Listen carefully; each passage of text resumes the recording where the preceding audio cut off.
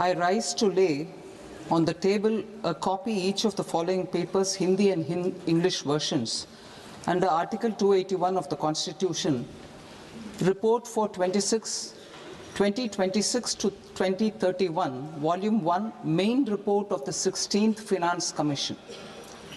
2. Report for 2026-2031, Volume 2, Annexures of the 16th Finance Commission. Number 3, explanatory memorandum as to the action taken on the recommendations contained in the above report. Item number 2, माननीय वित्त मंत्री Nirmala Sitharaman ji.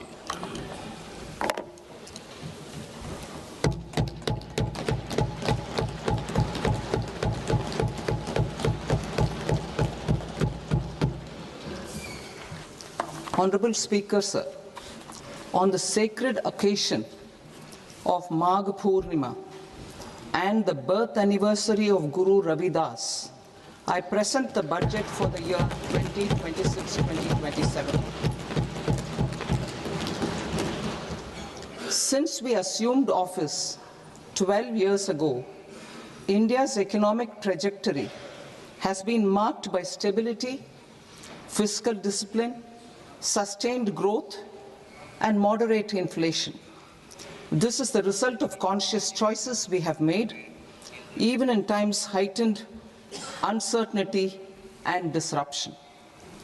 Our government, led by Honorable Prime Minister Modi, has decisively and consistently chosen action over ambivalence, reform over rhetoric, and people over populism. We have pursued far-reaching structural reforms, fiscal prudence and monetary stability, whilst maintaining a strong thrust on public investment. Keeping Atmanirbharta as a lodestar, we have built domestic manufacturing capacity, energy security, and reduced critical import dependencies. Simultaneously, we have ensured that citizens benefit from every action of the government, undertaking reforms to support employment generation, agricultural productivity, household purchasing power, and universal services to people. These measures have delivered a high growth rate of around 7% and helped us make substantial strides in poverty reduction and improvement in the lives of our people. Today, we face an external environment in which trade and multilateralism are imperiled and access to resources and supply chains are disrupted. New technologies are transforming production systems while sharply increasing demands on water, energy, and critical minerals. India will continue to take confident steps towards Vikasit Bharat, balancing ambition with inclusion. As a growing economy with expanding trade and capital needs, India must also remain deeply integrated with global markets, exporting more and attracting stable long-term investment. As I begin Part A, I want to express my gratitude to the people for standing firmly with us as we forge our way together towards becoming one of the largest economies of the world.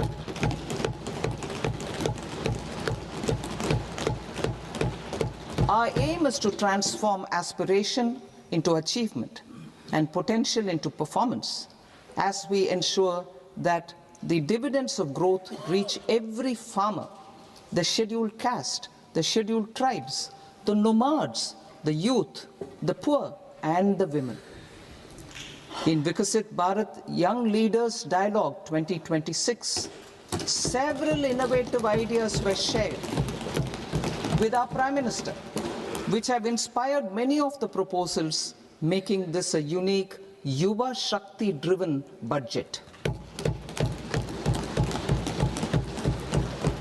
Our government's sankalp is to focus on our poor, underprivileged, and the disadvantaged. To deliver on this sankalp And given that this is the first budget prepared in Kartavya Bhavan, we are inspired by three Kartavya.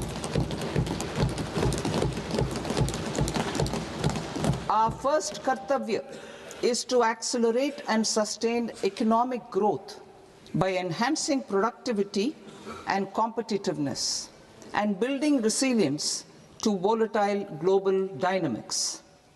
Our second Kartavya is to fulfill aspirations of our people and build their capacity, making them strong partners in India's path to prosperity.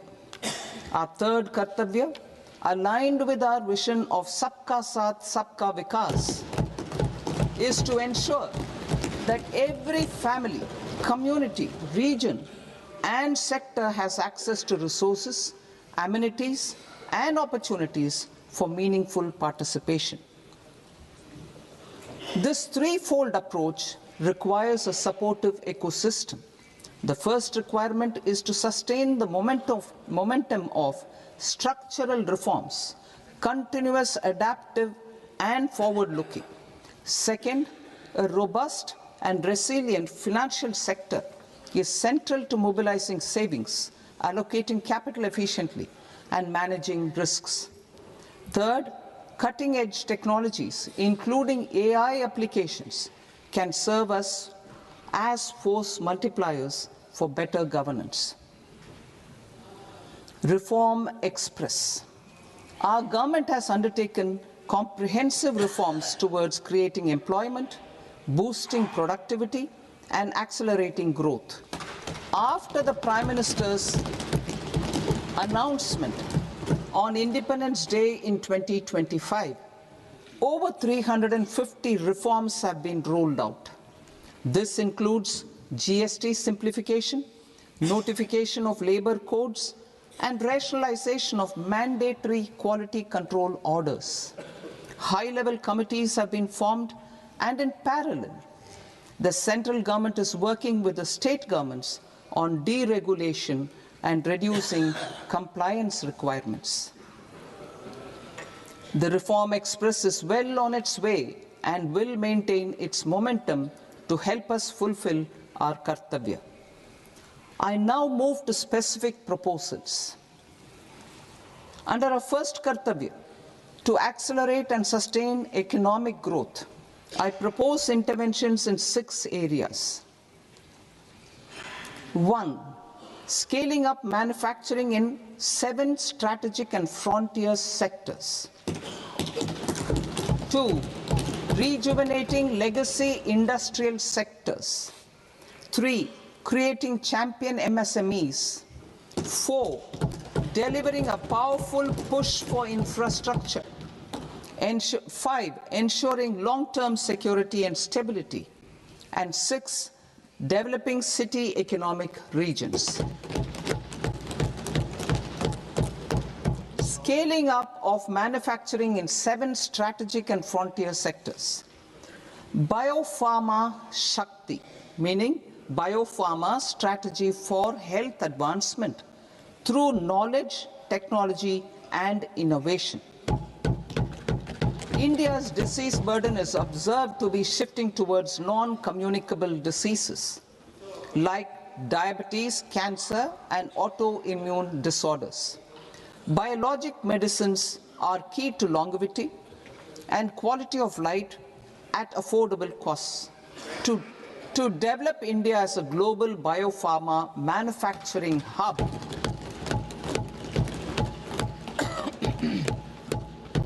I propose the Biopharma Shakti with an outlay of 10,000 crores over the next 5 years. This will build the ecosystem for domestic production of biologics and biosimilars.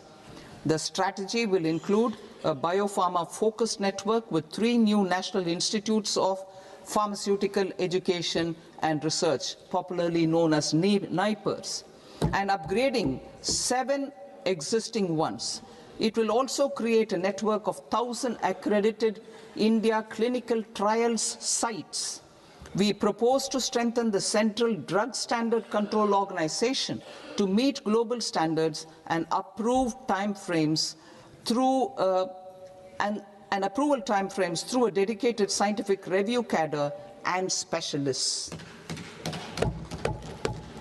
India's Semiconductor Mission 1.0 expanded India's semiconductor sector capabilities. Building on this, we will launch ISM 2.0 to produce equipment and materials, design full-stack Indian IP, and fortify supply chains. We will also focus on industry-led research and training centers to develop technology and skilled workforce. The Electronics Components Manufacturing Scheme, launched in April 2025 with an outlay of 22,919 crores, already has investment commitments at double the targets. We propose to increase the outlay to 40,000 crores to capitalize on this momentum.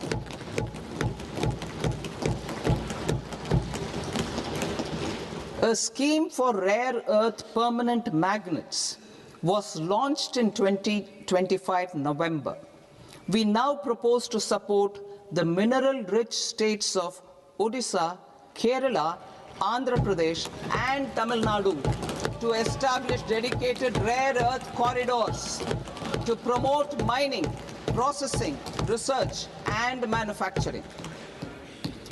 To enhance domestic chemical production and reduction import dependency and reduce import dependency, we will launch a scheme to support states in establishing 3 dedicated chemical parks through challenge route on a cluster-based plug-and-play model. Strong capital goods.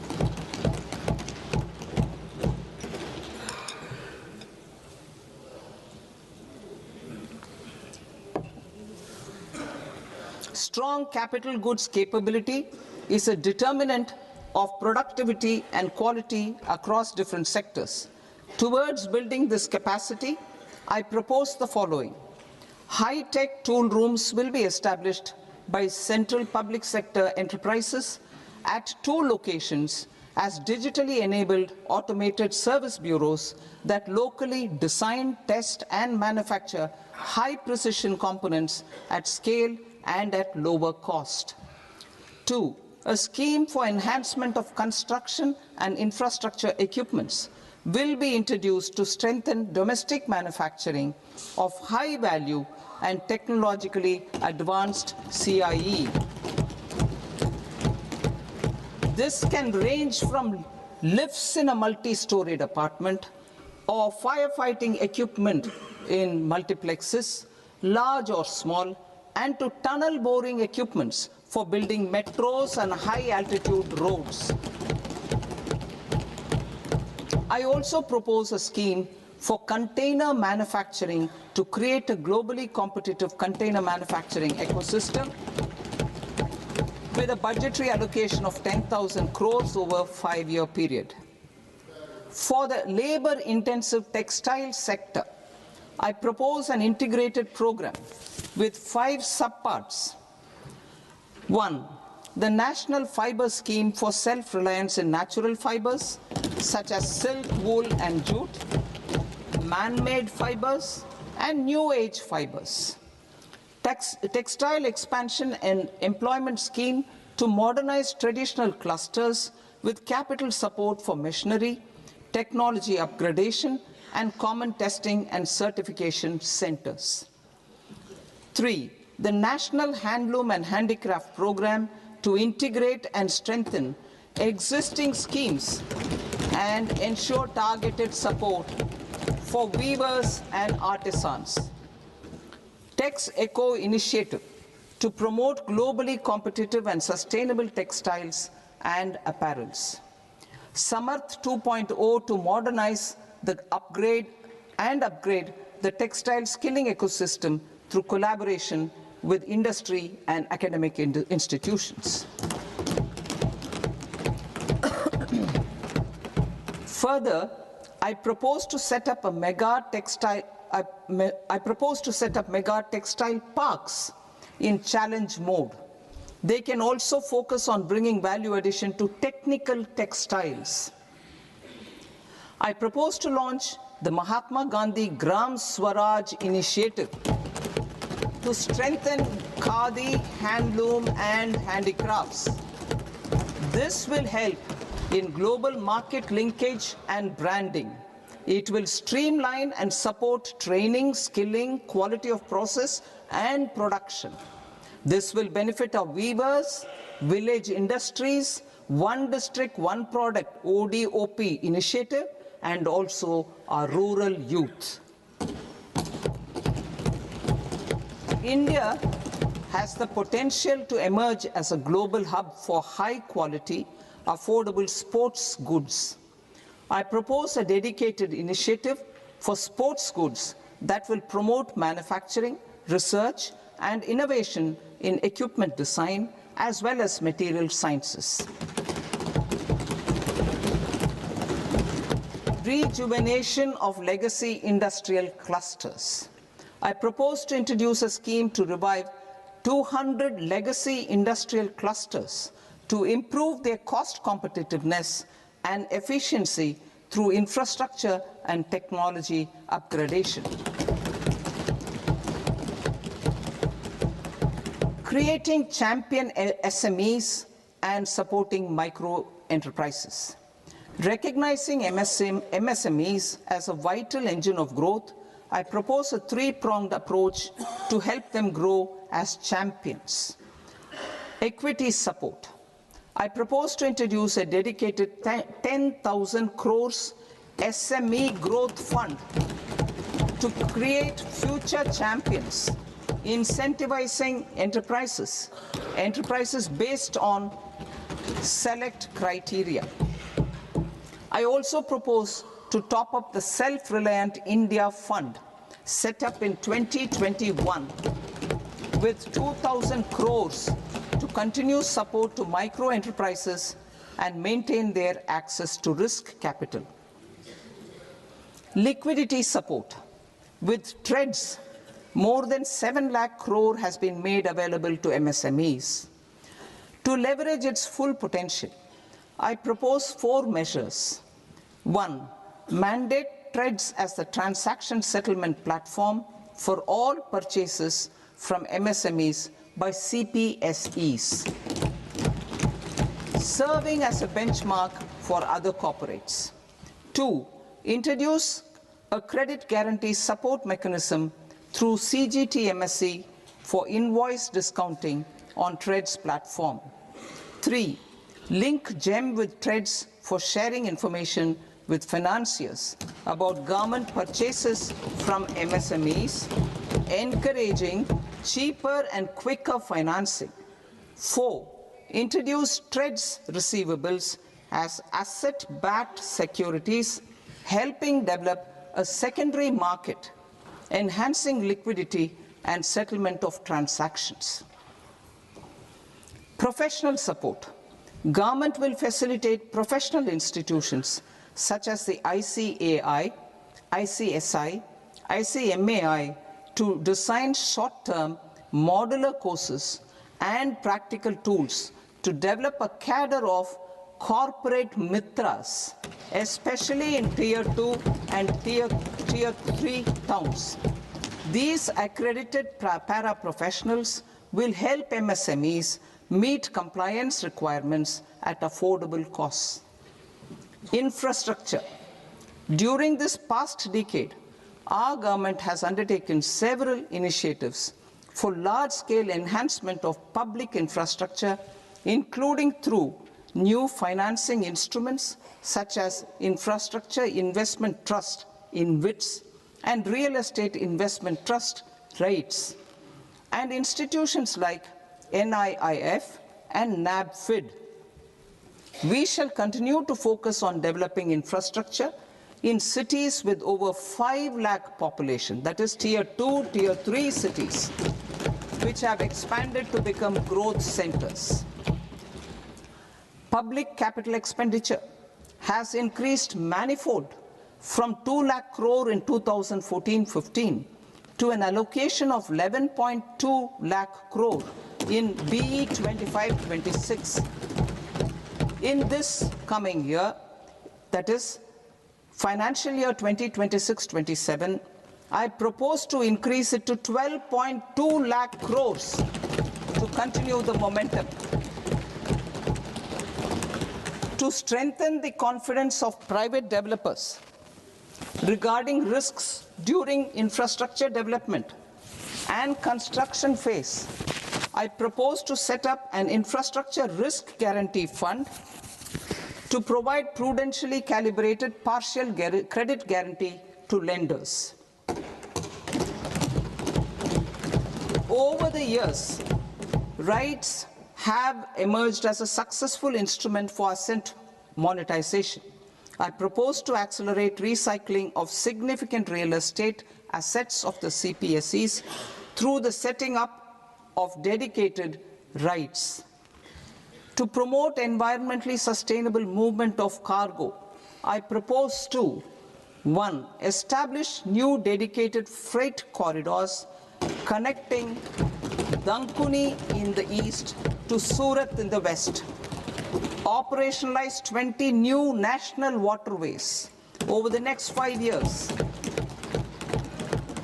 starting with National Waterways 5 in Orissa to connect mineral-rich areas of Talcher and Angul and industrial centers like Kalinga Nagar to the ports of Paradeep and Dhamra. Training institutes will be set up as regional centers of excellence for development of required manpower for these waterways. This will benefit youth in the entire stretch of the waterways to train and acquire skills. Further, a ship repair ecosystem catering to inland waterways will also be set up at Varanasi and Patna. And C, launch a coastal cargo promotion scheme for incentivizing a modal shift from rail to road to increase the share of inland waterways and coastal shipping from 6% to 12% by 2047. To enhance last mile and remote connectivity and promote tourism, I propose to give incentives to indigenize manufacturing of seaplanes. A seaplane VGF scheme will be also introduced to provide support for operations. Carbon capture, utilization and storage. Aligning with the roadmap launched in December 2025, the carbon capture, utilization and storage technologies at scale will achieve higher readiness and in end-use application across 5 industrial sectors, including power, steel, cement, refineries, and chemicals. An outlay of 20,000 crore is proposed over the next 5 years for this purpose. City economic regions. Cities are India's engines of growth, innovation, and opportunities. We shall now focus on Tier 2, Tier 3 cities, and even temple towns, which need modern infrastructure and basic amenities. This budget aims to further amplify the potential of cities to deliver the economic power of agglomerations by mapping city economic regions based on their specific growth drivers. An allocation of 5,000 crore per CER over 5 years is proposed for implementing their plans through a challenge mode with a reform-cum-result-based financing mechanism. In order to promote environmentally sustainable passenger systems, we will develop 7 high-speed rail corridors between cities as growth connectors, namely Mumbai to Pune, Pune to Hyderabad, Hyderabad to Bengaluru, Hyderabad to Chennai, Chennai to Bengaluru, Delhi to Varanasi, Varanasi to Siliguri.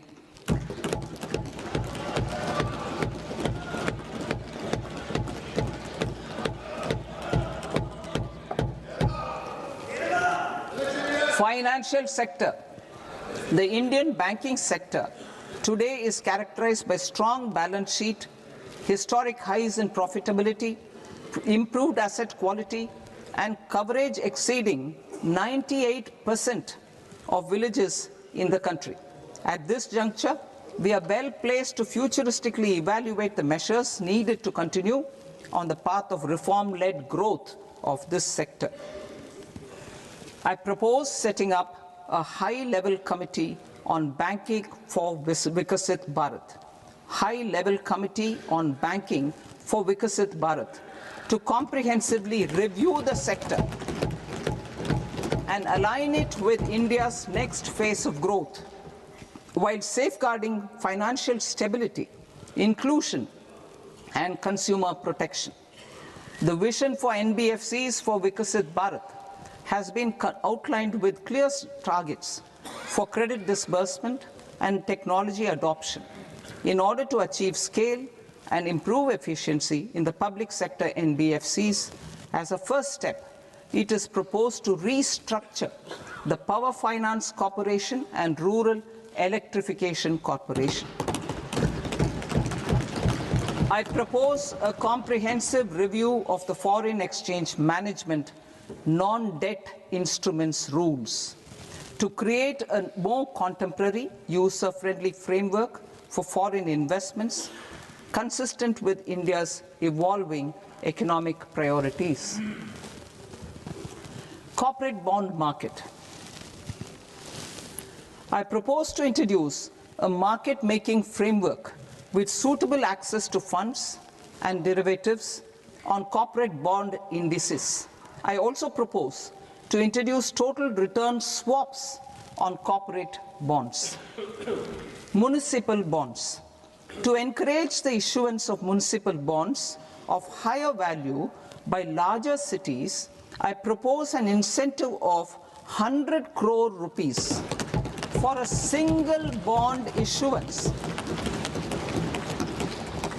100 crore rupees for a single bond issuance of more than 1,000 crore. The current scheme under Amrit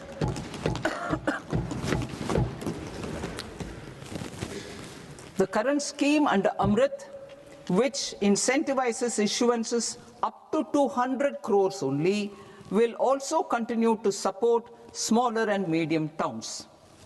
That will also continue to support the smaller and medium towns. Ease of doing business. Individual persons resident outside India, PROI, will be permitted to invest in equity instruments of listed Indian companies through the Portfolio Investment Scheme. It is also proposed to increase the investment limit for an individual PROI under the scheme from 5% to 10%, with an overall investment limit for all individual PROIs to 24% from the current 10%. Emerging technologies including AI. 21st century is technology-driven. Adoption of technology is for the benefit of all people. Farmers in the field, women in STEM, youth keen to upskill, and Divyangjan to access newer opportunities. The government has taken several steps to support new technologies through AI Mission, National Quantum Mission, Anusandhan National Research Fund, and Research and Development and Innovation Fund. Our second kartavya is to fulfill aspirations and build capacities. Close to 25 crore individuals have come out of multi-dimensional poverty through a decade of our government's sustained and reform-oriented efforts.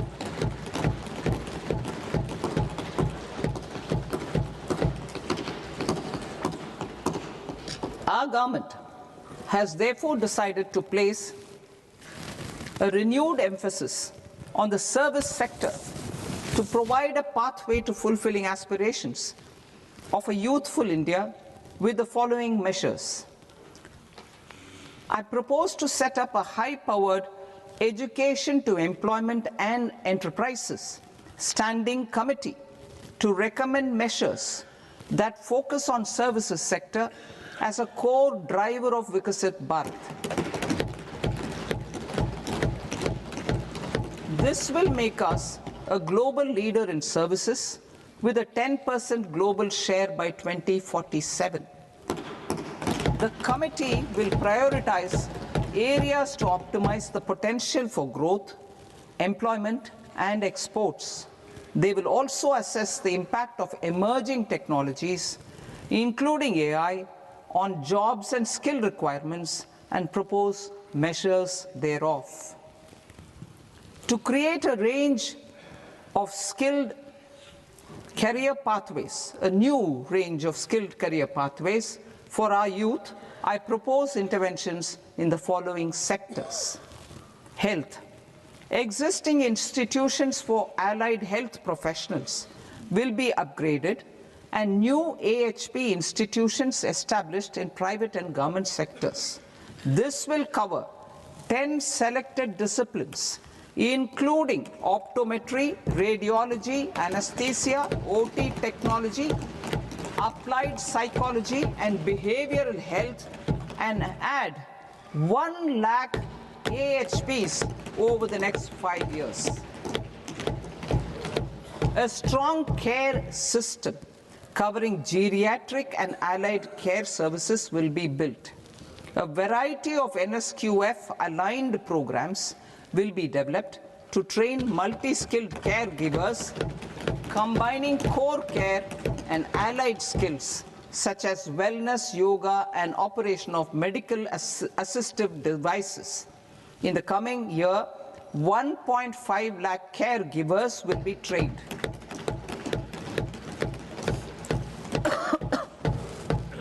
Hubs for medical value tourism. To promote India as a hub for medical tourism services, I propose to launch a scheme to support states in establishing 5 regional medical hubs in partnership with the private sector. These hubs will serve as integrated healthcare complexes that combine medical, educational, and research facilities. They will have Ayush centers, medical value tourism facilitation centers, and infrastructure for diagnostics, post-care, and rehabilitation. These hubs will provide diverse opportunities, job opportunities for health professionals, including doctors and AHPs. Ancient Indian yoga, already respected in several parts of the world, was given a mass global recognition when Honorable Prime Minister took it to the UN. Post-COVID, Ayurveda gained a similar global acceptance and recognition. Exporting quality Ayurveda products helps farmers who grow the herbs and youth who process the products. To meet growing global demand, a few more steps are being taken. I propose to 1. Set up 3 new All India Institutes of Ayurveda. 2.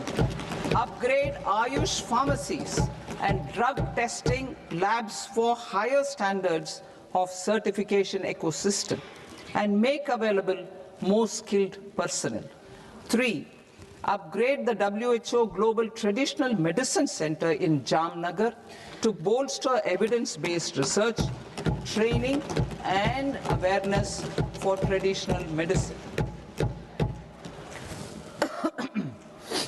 Animal husbandry.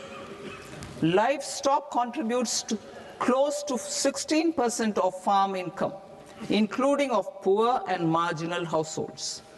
To scale up availability of veterinary professionals by more than 20,000, I propose to roll out a loan-linked capital subsidy support scheme for establishment of veterinary and para-veterinary colleges, veterinary hospitals, diagnostic laboratories, and breeding facilities in private sector. Collaboration between Indian and foreign institutions will also be facilitated. Orange economy.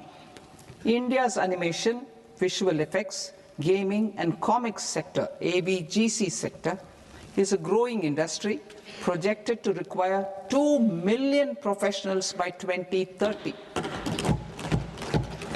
I propose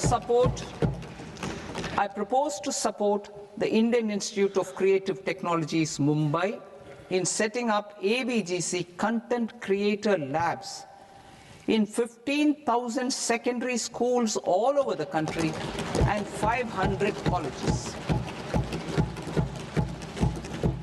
The Indian design industry is expanding rapidly, and yet there is a shortage of Indian designers.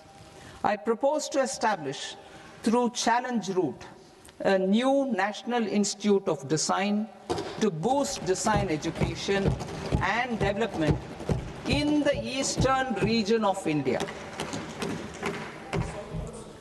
Education.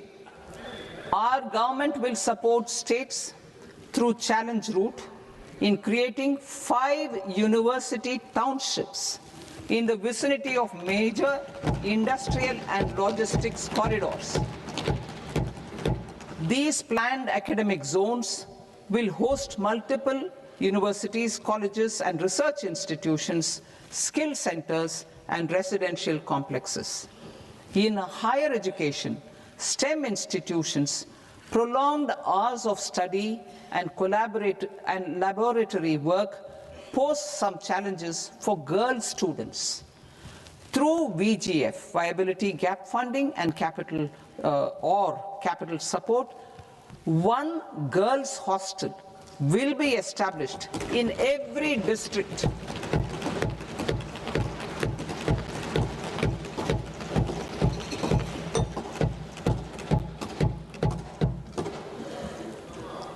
To promote astrophysics and astronomy via immersive experiences, 4 telescope infrastructure facilities will be set up or upgraded.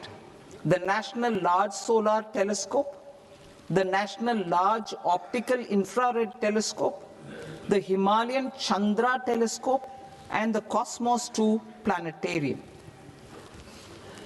Tourism. The tourism sector has the potential to play a large role in the employment generation, forex earnings, and expanding the local economy. I propose to set up a National Institute of Hospitality by upgrading the existing National Council for Hotel Management and Catering Technology. It will function as a bridge between academia, industry, and government. I also propose a pilot scheme for upskilling 10,000 guides in 20 iconic tourist sites through a standardized, high-quality, 12-week training course in hybrid mode in collaboration with the Indian Institute of Management. A national destination digital knowledge grid will be established to digitally document all places of significance, cultural, spiritual, and heritage. This initiative will create a new ecosystem of jobs for local researchers, historians, content creators, and technology partners. India has the potential and opportunity to offer world-class trekking and hiking experience. We will develop ecologically sustainable mountain trails in Himachal Pradesh, Uttarakhand, and Jammu Kashmir. Also in Araku Valley in the Eastern Ghats and Podigai Malai in the Western Ghats.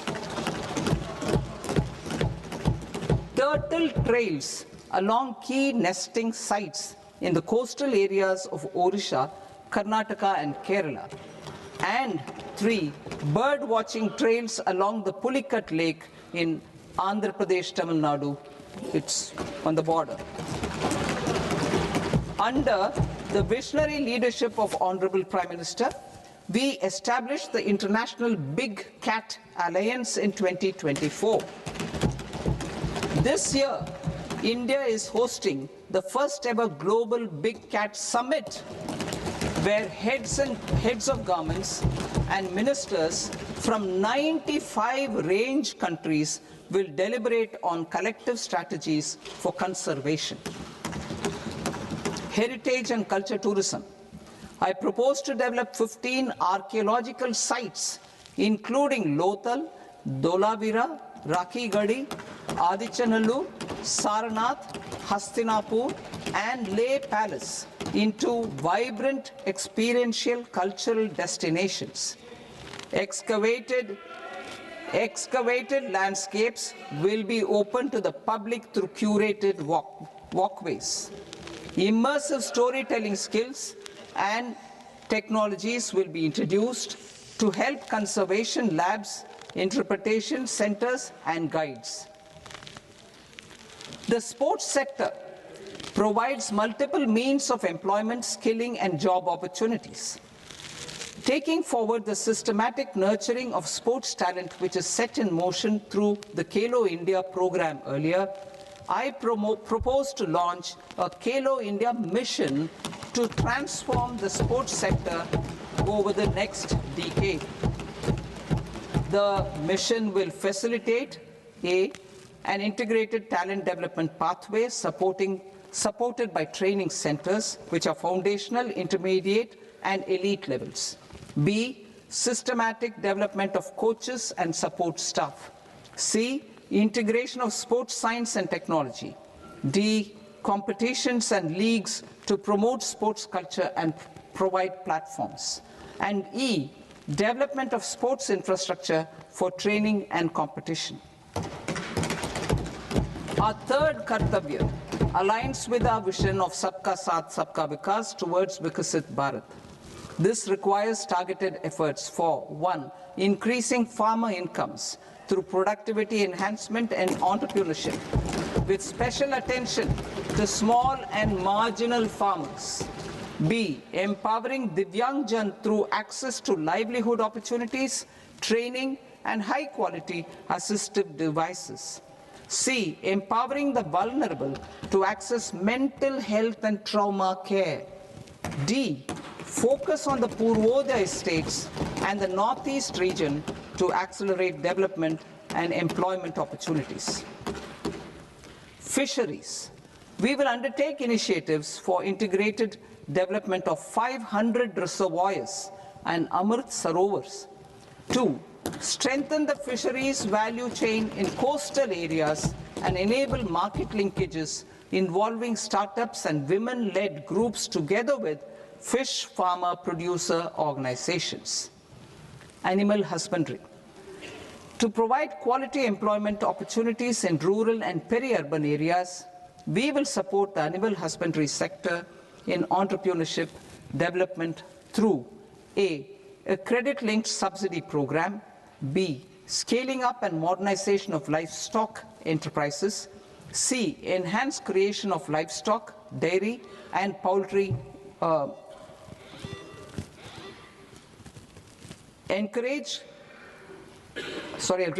enhanced creation of livestock, dairy, and poultry-focused integrated value chains, and D, encourage creation of livestock farmer-producer organizations.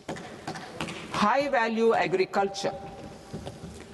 To diversify farm outputs, increase productivity, enhance farmers' incomes, and create new employment opportunities, we will support high-value crops such as coconut, sandalwood, cocoa, cashew in the coastal areas, agar trees in northeast, and nuts such as almonds, walnuts, and pine nuts in our hilly regions.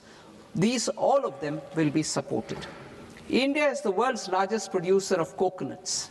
About 30 million people, including nearly 10 million farmers, depend on coconuts for their livelihood.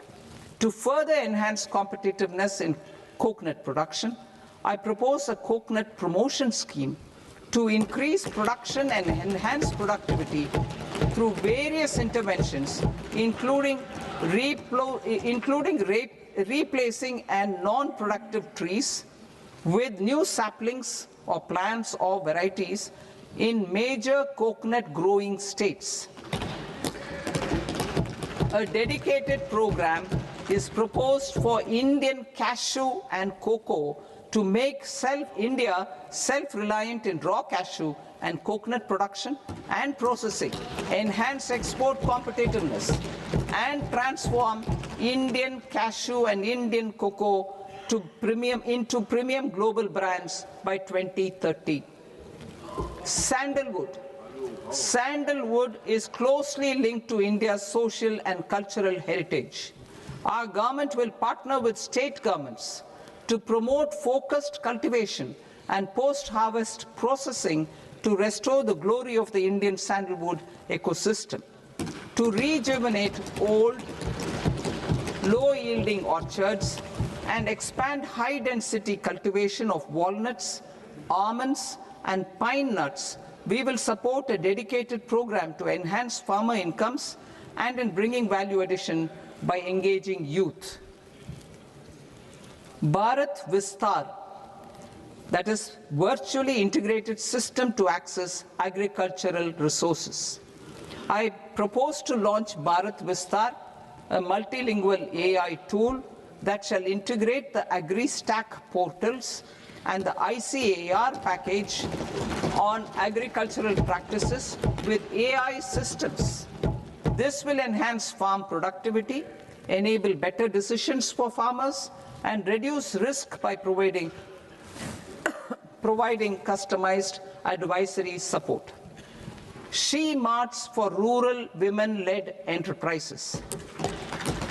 Building on the success of Lakpati Didi program, I propose to help women take the next step from credit-linked livelihoods to being owners of enterprises. Self-help entrepreneur, She Marts will be set up as community-owned retail outlets within the cluster-level federations through enhanced and innovative financing instruments. Empowering Divyangjan. Divyangjan Kaushal Yojana. Information technology, AVGC sectors, hospitality and food and beverages sectors often offer task-oriented and process-driven roles which are suitable for Divyangjan. We will ensure dignified livelihood opportunities through industry-relevant and customized training specific to each Divyangjan group. Divyang Sahara Yojana. Timely access to high-quality assistive devices for all eligible Divyangjan is a fundamental need.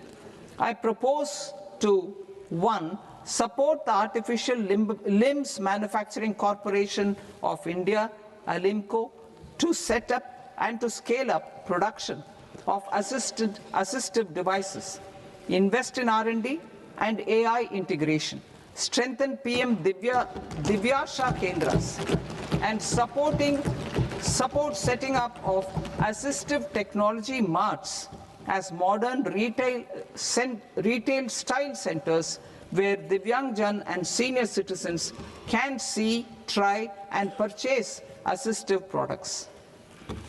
Reaffirming our commitment to mental health and trauma care. There are no national institutes for mental health care in North India. We will therefore set up a NIMHANS 2 and also upgrade national mental health institutes in Ranchi and in Tezpur as regional apex institutions. Emergencies expose families, particularly the poor and vulnerable, to unexpected expenditure. We will strengthen and increase these capacities by 50% in district hospitals by establishing emergency and trauma care centers. Focus on Purvodaya states and northeastern regions. Purvodaya, I propose the development of an integrated East Coast industrial corridor with a well-connected node at Durgapur, creation of 5 tourism destinations in 5 Purvodaya states, and the provision of 4,000 e-buses. Buddhist sites in northeastern region. The northeastern region is a civilizational confluence of Theravada and Mahayana or Vajrayana traditions.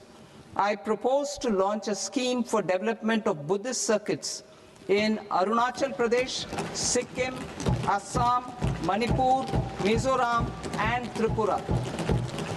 The scheme will cover preservation of temples and monasteries, pilgrimage interpretation centers, connectivity, and pilgrim amenities. 16th Finance Commission. On 17th November 2025, the 16th Finance Commission submitted its report to the President. As mandated under Article 281 of the Constitution, the government is to lay the report along with the explanatory memorandum on the action taken report on the recommendations of the Commission in Parliament, which, Sir, Honourable Speaker, you've allowed me to do at the commencement of this session. The government has accepted the recommendation of the Commission to retain the vertical share of devolution at 41%. As recommended by the Commission, I have provided 1.4 lakh crores of rupees to the states for the year 2026-2027 as Finance Commission grants. These include rural and urban local body and disaster management grants. Fiscal consolidation.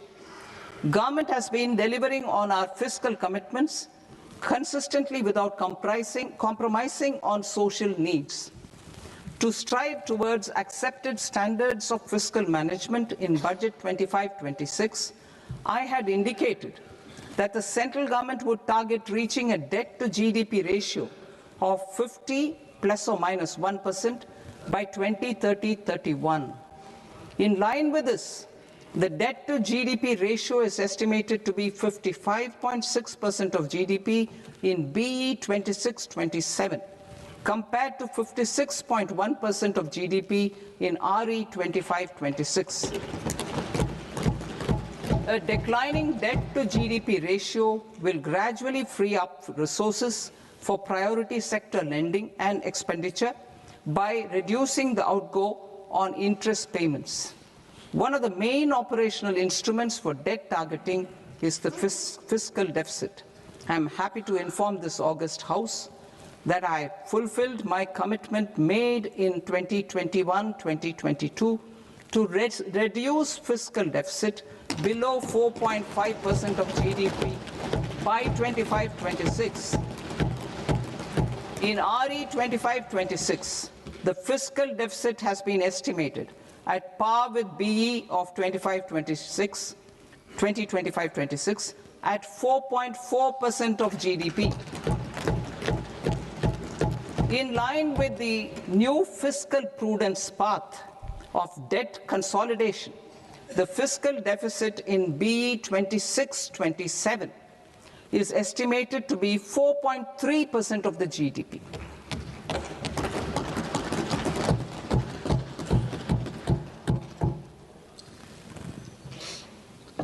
The revised estimates of the non-debt receipts are 34 lakh crore rupees, of which the centre's net tax receipts are 26.7 lakh crore.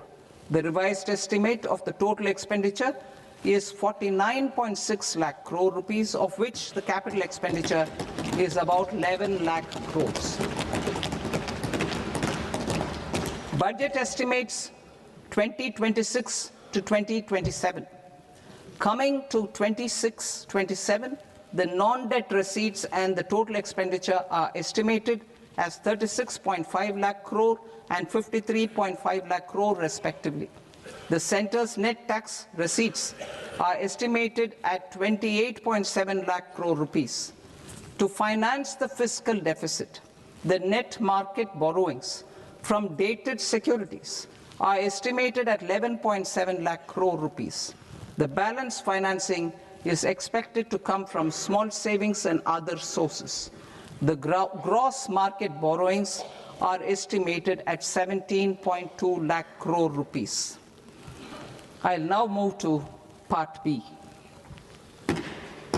Part B, direct taxes.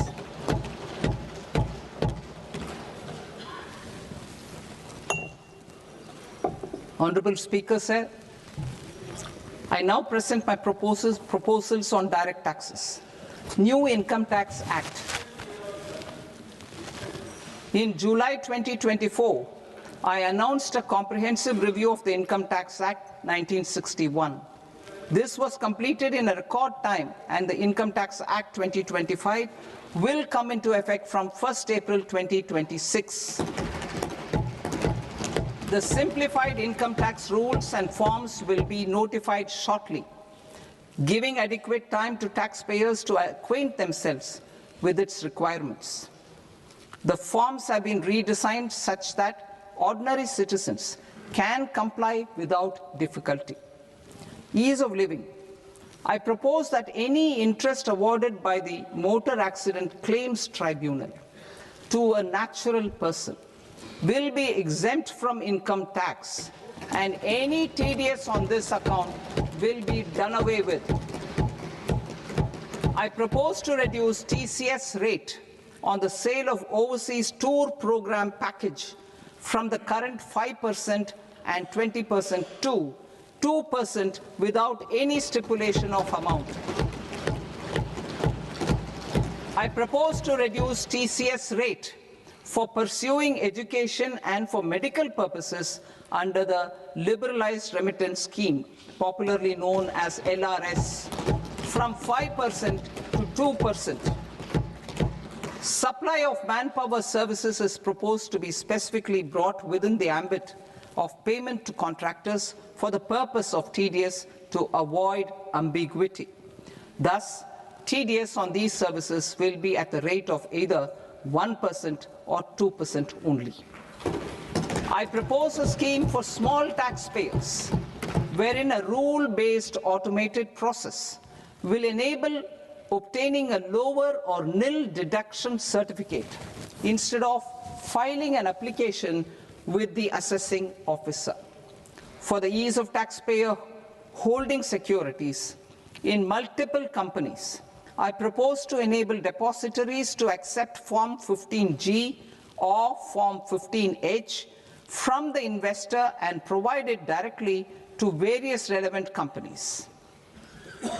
I propose to extend time available for revising returns from 31st December to up to 31st March with the payment of a nominal fee.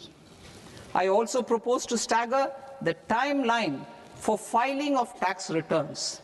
Individuals with ITR 1 and ITR 2 returns will continue to file till 31st July, and non-audit business cases or trusts are proposed to be allowed time till 31st August. TDS on sale of immovable property by a non-resident is proposed to be deducted and deposited through resident buyers and his or her PAN-based challan instead of requiring a TAN, which is a temporary accounting number. To address practical issues of small taxpayers like students, young professionals, tech employees, relocated NRIs, and such others, I propose to introduce a one-time 6-month foreign asset disclosure scheme for these taxpayers to disclose income or assets below a certain size. This scheme would be applicable for two categories of taxpayers, namely A, who did not disclose their overseas income or assets, and B, who disclosed their overseas income and or paid due tax but could not declare the asset acquired. For category A, the limit of undisclosed income or asset is proposed to be up to 1 crore rupees.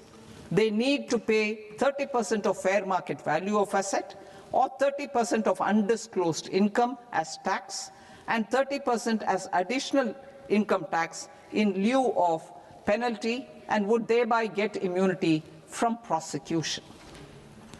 For category B, asset value is proposed to be up to 5 crore rupees. Here, immunity from both penalty and prosecution will be available with a payment of fee of 1 lakh rupees. Rationalizing penalty and prosecution.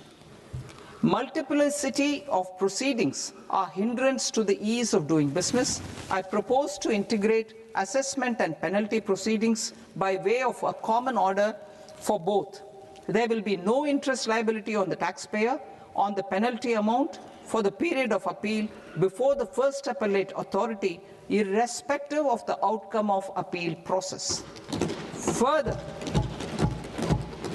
quantum of prepayment is being reduced from 20% to 10% and will continue to be calculated only on core tax demand. As an additional measure for reducing litigation, I propose to allow taxpayers to update their returns even after reassessment proceedings have been initiated, and an additional 10% tax rate over and above the rate applicable for the relevant year.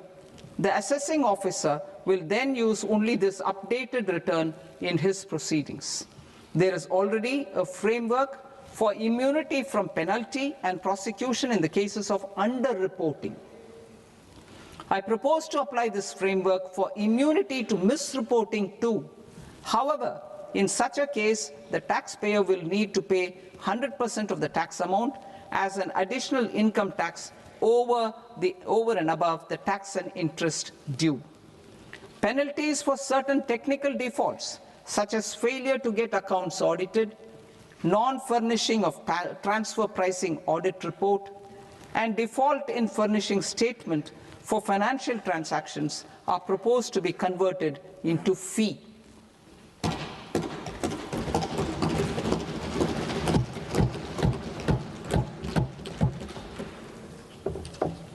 I propose to rationalize prosecution framework under Income Tax Act while maintaining a careful balance for deterrence in some serious offence.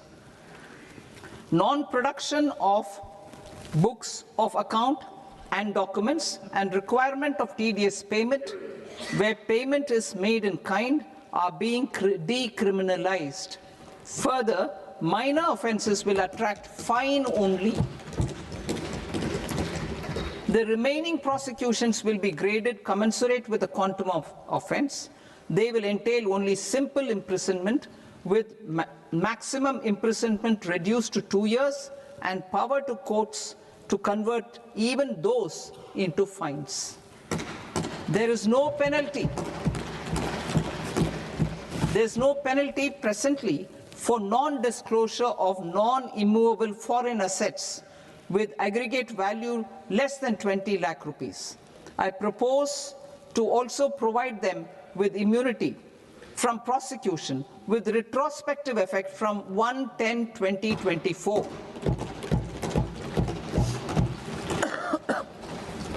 Cooperatives.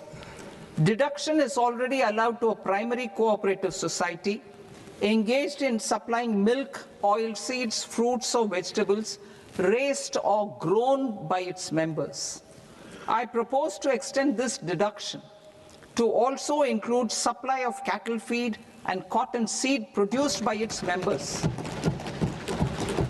I propose to allow inter-cooperative society dividend income as deduction under the new tax regime to the extent it is further distributed to its members. I further propose to allow exemption for a period of 3 years to dividend income received by a notified national cooperative federation on their investments made in companies up to 31/1/2026. This exemption would be allowed only for dividends further distributed to its member cooperatives. Supporting IT sector as India's growth engine.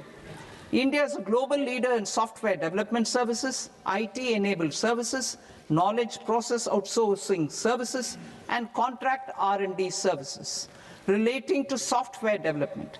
These businesses and their segments are quite interconnected with each other. All these services are proposed to be clubbed under a single category of information technology services with a common safe harbor margin of 15.5% applicable to all. The threshold for availing safe harbor for IT services is being enhanced substantially from 300 crore rupees to 2,000 crore rupees. Safe harbor for IT services shall be approved by an automated rule-driven process without any need for tax officer to examine and accept the application.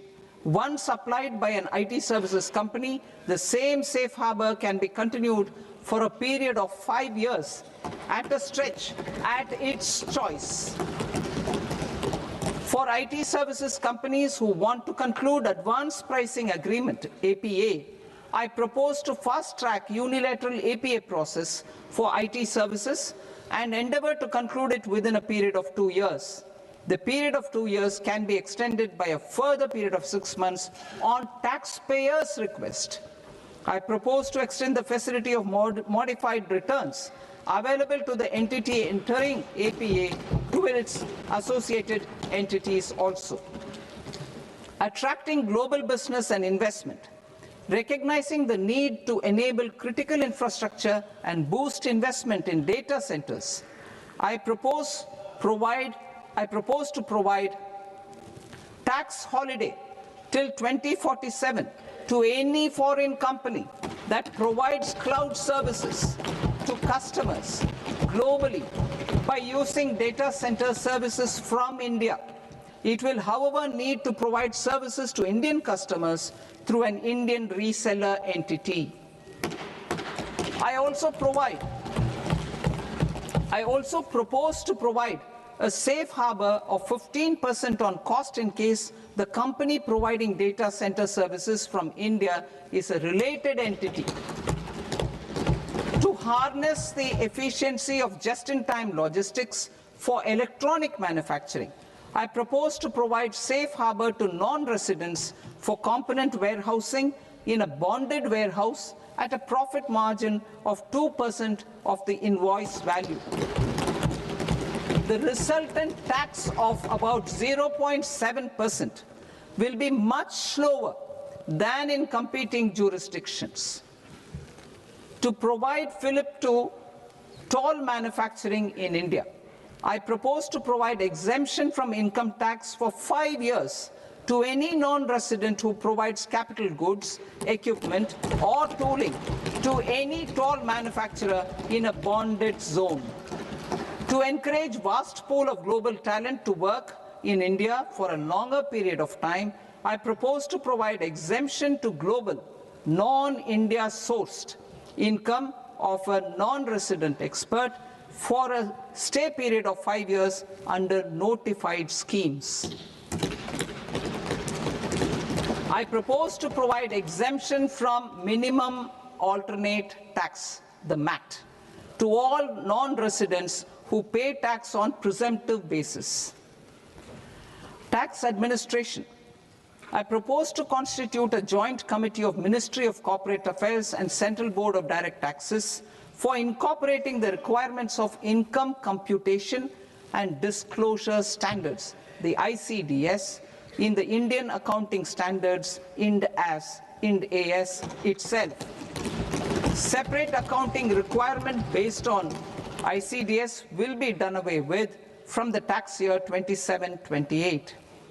To support Prime Minister Modi's vision of homegrown accounting and advisory firms to become global leaders, I propose to rationalize the definition of accountant for the purposes of safe harbor rules. Other tax proposals. Change in taxation of buyback was brought in to address the improper use of buyback route by promoters. In the interest of minority shareholders, I propose to tax buyback for all types of shareholders as capital gains. However, to disincentivize misuse of tax arbitrage, promoters will pay an additional buyback tax. This will make effective tax 22% for corporate promoters. For non-corporate promoters, the effective tax will be 30%. TCS rate for sellers of specific goods, namely alcoholic liquor, scrap, and minerals, will be rationalized to 2%, and that on tendu leaves will be reduced from 5% to 2%. I propose to raise the STT on futures to 0.05% from the present 0.02%. STT on options premium and exercise of options are both proposed to be raised to 0.15% from the present rate of 0.1% and 0.125% respectively. We reformed the taxation landscape for corporates in 2019 by providing them a simplified regime with lower tax rate so that they could productively focus on business rather than on claim of deductions and exemptions. To encourage companies to shift to the new regime, set-off of brought forward MAT credit, minimum alternate tax credit, is proposed to be allowed to companies only in the new regime. Set-off using available MAT credit is proposed to be allowed to an extent of 1/4 of the tax liability in the new regime.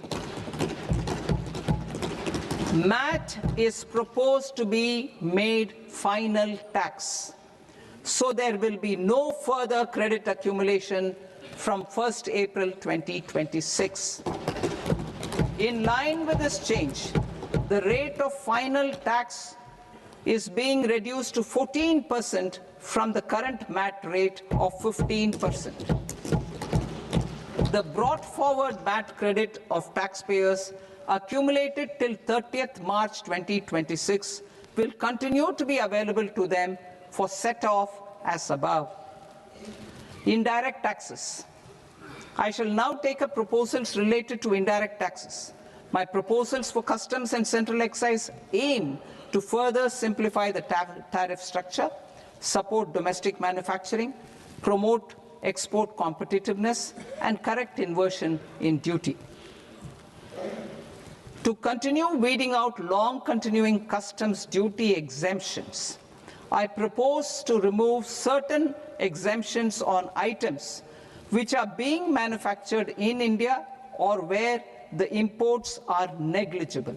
Similarly, to further simplify the process of ascertaining the rate of duty applicable on a particular item, I propose to incorporate certain effective rates in various customs notifications to the tariff schedule itself.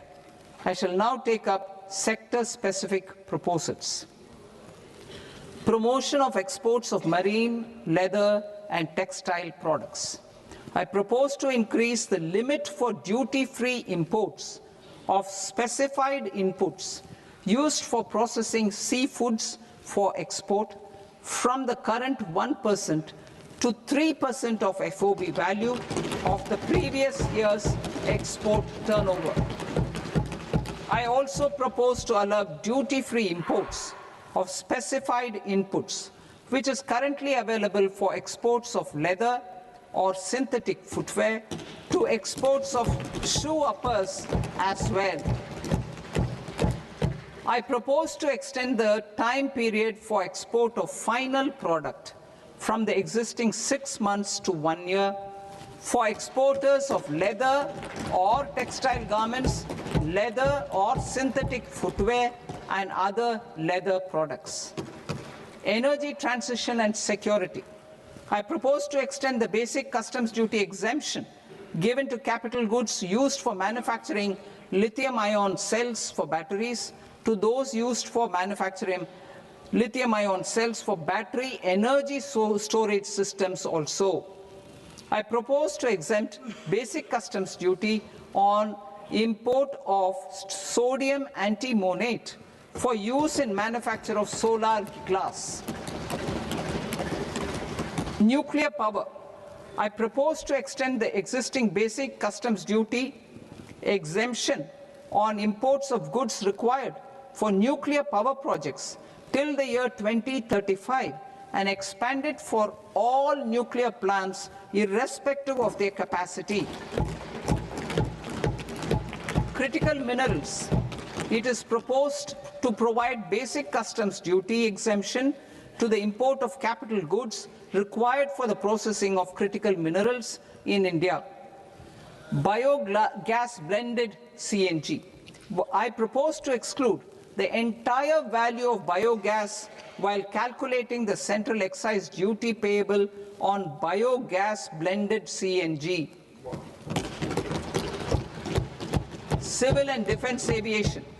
I propose to exempt basic customs duty on components and parts required for the manufacture of civilian training and other aircrafts.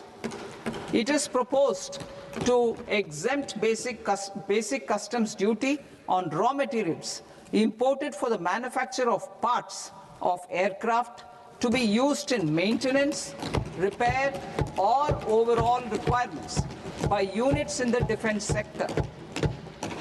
Electronics. To deepen value addition in the consumer electronics sector, I propose to exempt basic customs duty on specified parts used in the manufacture of microwave ovens. Special economic zone. To address the concerns arising about utilization of capacity by manufacturing units in the special economic zones due to global trade disruptions, I propose as a special one-time measure to facilitate sales by eligible manufacturing units in SEZs to the domestic tariff area at concessional rates of duty. The quantity of such sales will be limited to a prescribed proportion of their exports. Necessary regulatory changes will be undertaken to operationalize the measures while ensuring level playing field for the units working in the DTA. Ease of living.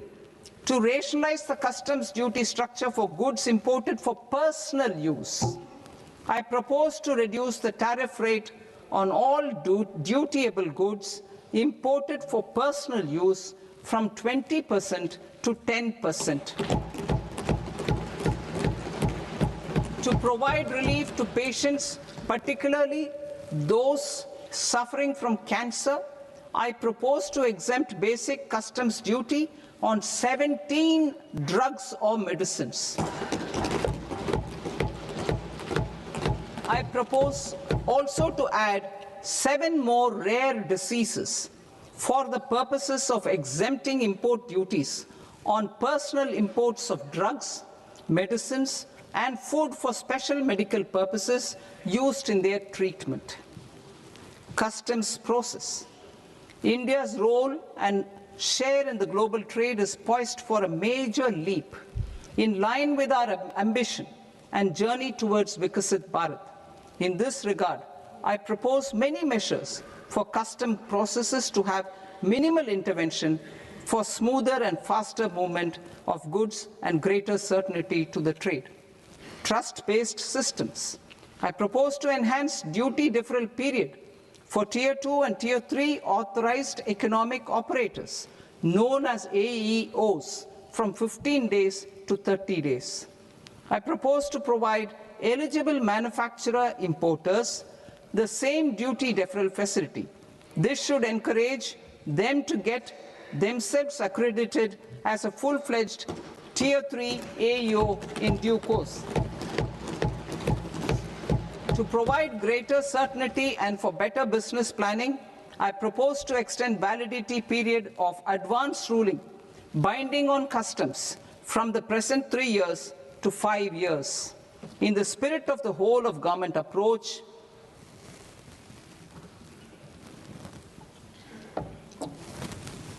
Government agencies will be encouraged to leverage AEO accreditation for preferential treatment in clearing their cargo.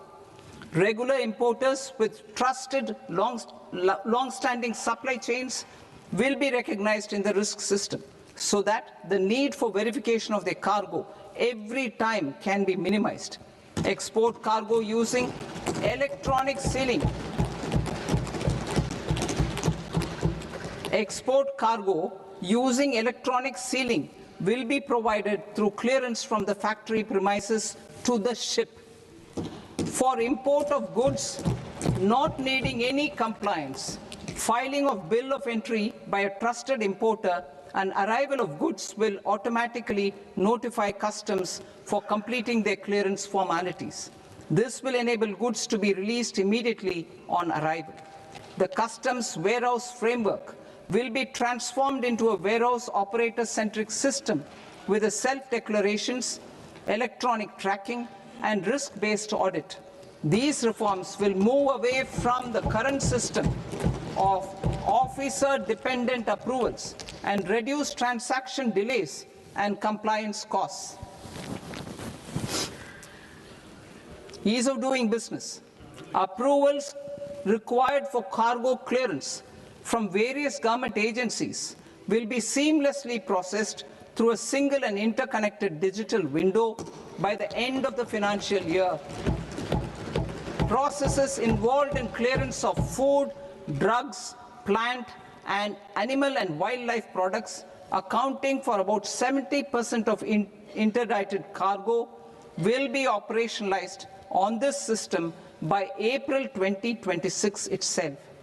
For goods not having any compliance requirement, clearance will be done by customs immediately after online registration is completed by the importer, subject to the payment of duty.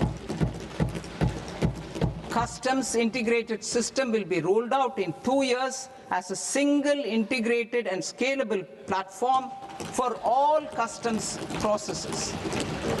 Utilization of non-intrusive scanning with advanced imaging and AI technology for risk assessment will be expanded in a phased manner with the objective to scan every container across all the major ports.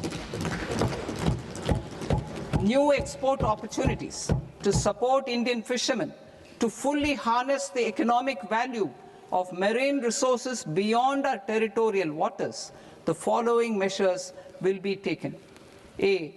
Fish catch by an Indian fishing vessel in exclusive economic zone or on the high seas will be made free of duty. Landing of such fish on foreign port will be treated as export of goods. Safeguards will be put in place to prevent misuse during fish catch, transit, or transshipment. To support aspirations of India's small businesses, artisans, and startups to access global markets through e-commerce, I am pleased to announce complete removal of the current value cap of 10 lakh rupees per consignment on courier exports. In addition, handling of rejected and returned consignments will be improved with effective use of technology for identifying such consignments. I propose to revise provisions governing baggage clearance during international travel to address genuine concerns of passengers. The revised rules will enhance duty-free allowances in line with the present-day travel realities and provide clarity in temporary carriage of goods brought in or taken out. There are honest taxpayers who are willing to settle disputes by paying all their dues, but they get deterred due to negative connotation associated with penalty. They will now be able to close cases by paying an additional amount in lieu of penalty. Honorable Speaker, sir, with this, I commend the budget to this august House. Jai Hind.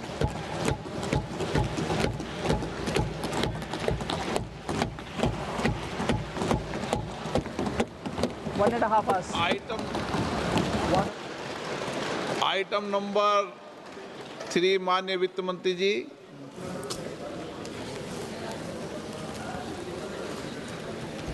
Item number 2, sir. 3। 3. Sir, with your permission, I rise to lay on the table of the the following statements under Section 3, 1 of the Fiscal Responsibility and Budget Management Act of 2003, medium-term fiscal policy cum fiscal policy strategy statement, and macroeconomic framework statement. Item number 4 माननीय वित्त मंत्री जी।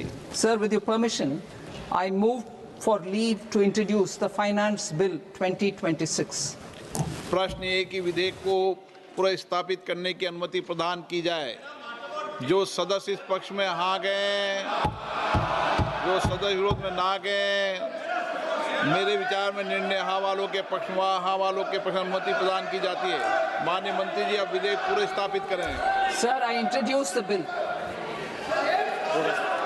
माननीय सदस्य, आपको सूचित किया जाता है कि माननीय वित्त मंत्री जी के बजट भाषण की कॉपी पब्लिकेशन काउंटर पर ली जाती है। बजट भाषण और बजट से संबंधित दस्तावेज आपके मोबाइल फोन और मेंबर पोर्टल्स पर ही उपलब्ध है। सभा की कार्रवाई कल सोमवार दिनांक 2 फरवरी 2026 को प्राप्त 11 बजे तक के लिए स्थगित की जाती है।